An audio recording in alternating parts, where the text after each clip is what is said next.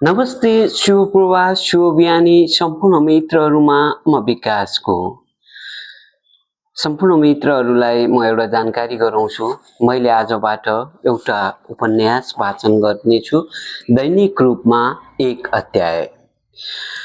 यो उपन्यास मैले वाचन गरेको उपन्यास जसले यसको स्रष्टाको नाम र उपन्यासको नाम भनिदिनुहुन्छ, उहाँहरूमध्ये एकजनालाई म 500 को रिचार्ज टक्राउन चाहन्छु सही उत्तर दिनेले। त्यसैले तपाईहरु सबैले कमेन्ट गर्नुहोस्, शेयर गर्नुहोस् र यो कस्तो लाग्छ, यो उपन्यास कस्तो लाग्छ, मेरो वाचन शैली कस्तो लाग्छ, मलाई सुझाव सल्लाह पनि दिनुहोला। लागौं आजको उपन्यासतिर। एउटा भाग्य मानव देह लिएर यो धरतीमा सैर गर्न पाउनु कति रहर लाग्दो। यो सृष्टिमा सबै आफ्नो धुनमा मस्त छन् अनि व्यस्त जस्तै देखिन्छन्। त्यो व्यस्तता जीवन जिउनका लागि मात्रै हो कि मानव देह लिएर यो धरतीमा पैदा हुनुको सार्थकताको लागि? आखिर जे होस्, सबै आफै भित्र हराएका जस्ता देखिन्छन् अनि प्रतिकूल परिस्थितिलाई पनि आफ्नो बसमा पारेर त्यसको लाभ उठाउन अनेकन जालजेल षड्यन्त्र अनि स्वार्थपूर्तिमा तत्कालीन झैं देखिन्छन्। आखिर एउटा यात्रा न हो जिन्दगी, निरन्तर नथाकी हिँडिरहनु पर्ने अनि पुग्नु पर्ने गन्तव्यको समेत टुङ्गो नभएको यात्रा। न बाध्यता, न त रहर, न कसैको कर, सुख र दुःख, खुसी र रोदन, हाँसो पीडा सबै सँगसँगै यात्रा गर्नुपर्ने अनि यात्रामा भेटिएका अनेकन अरू बटुवाहरूलाई सहयात्री मानेर हिँड्नुपर्ने। संसार देखाउने अनि यो सांसारिक विचित्रतालाई मनन गर्न सहयोग गर्ने यी हाम्रा दृष्टिगोचर आँखा गन्तव्यहीन जीवन यात्राका लागि भने फेरि अन्धा झैं हुनाले एकपल पछिको भविष्य समेत थाहा नहुँदा छर्लङ्ग देखिने दुई आँखा हुँदा हुँदै पनि अन्धकारमय झैं हुँदो रहेछ जिन्दगीको यात्रा। विगतमा भएका सबै जसो घटनाक्रमलाई क्यामेराले कैद गरे झैं सबै कैद गर्न सक्ने, तर भोलि वा एकछिनपछि झट्टै के छ वा के हुँदैछ केही अनुमानसम्म पनि लगाउन नसकिने यो अनौठो यात्राकै खास तत्त्वहरू जो यात्राको क्रममा गोरेटोमा भेटिन्छन् अनि दोबाटोमा चाहेर वा नचाहेर छुटिन्छन्, हो तिनै तत्त्वहरूको यात्राको वास्तविकता अनि जीवनको सार्थकता निर्धारण गर्दा रहेछन्। त्यस्तै यात्रामा निस्किएका एक यात्री म सपन गाउँले परिवेशमा हुर्किएर अदृश्य भविष्यको अनगिन्ती सपनाहरू बोकेर सपना साकार पार्नको लागि दिनरात लम्किएको एक सामान्य परिवारको साधारण केटो। कति धेरै महत्त्वकांक्षी सपना बोकेर हिँडेको, मेरो लागि दैनिक रोजी रोटीको माध्यम बनेको थियो। म जस्तै सुन्दर भविष्यको परिकल्पना गरी हिँड्ने ससाना केटाकेटीहरूलाई आफूमा भएको ज्ञान बाँड्नु र त्यसैबाट आफ्नो गृहस्थी चलाउनु।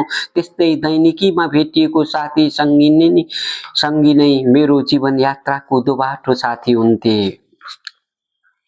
सधैँको दिनचर्या झैं दिनभरिको दौडधुपले त्यस दिन पनि निकै थकान महसुस भइरहेको थियो।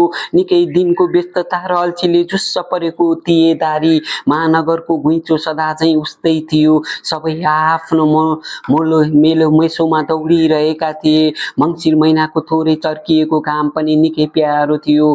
दिउँसभरि बानेश्वर वरपरका इन्स्टिच्युट चारेर शङ्खमूल ओह्रालोसँगै रहेको 4 तले घरको दोस्रो तल्लामा रहेको कोठामा गएर दुई मुठी चिउरा च्यापेर मिराकल इन्स्टिच्युट पुग्दा चमक्कै साँझ परेको थियो।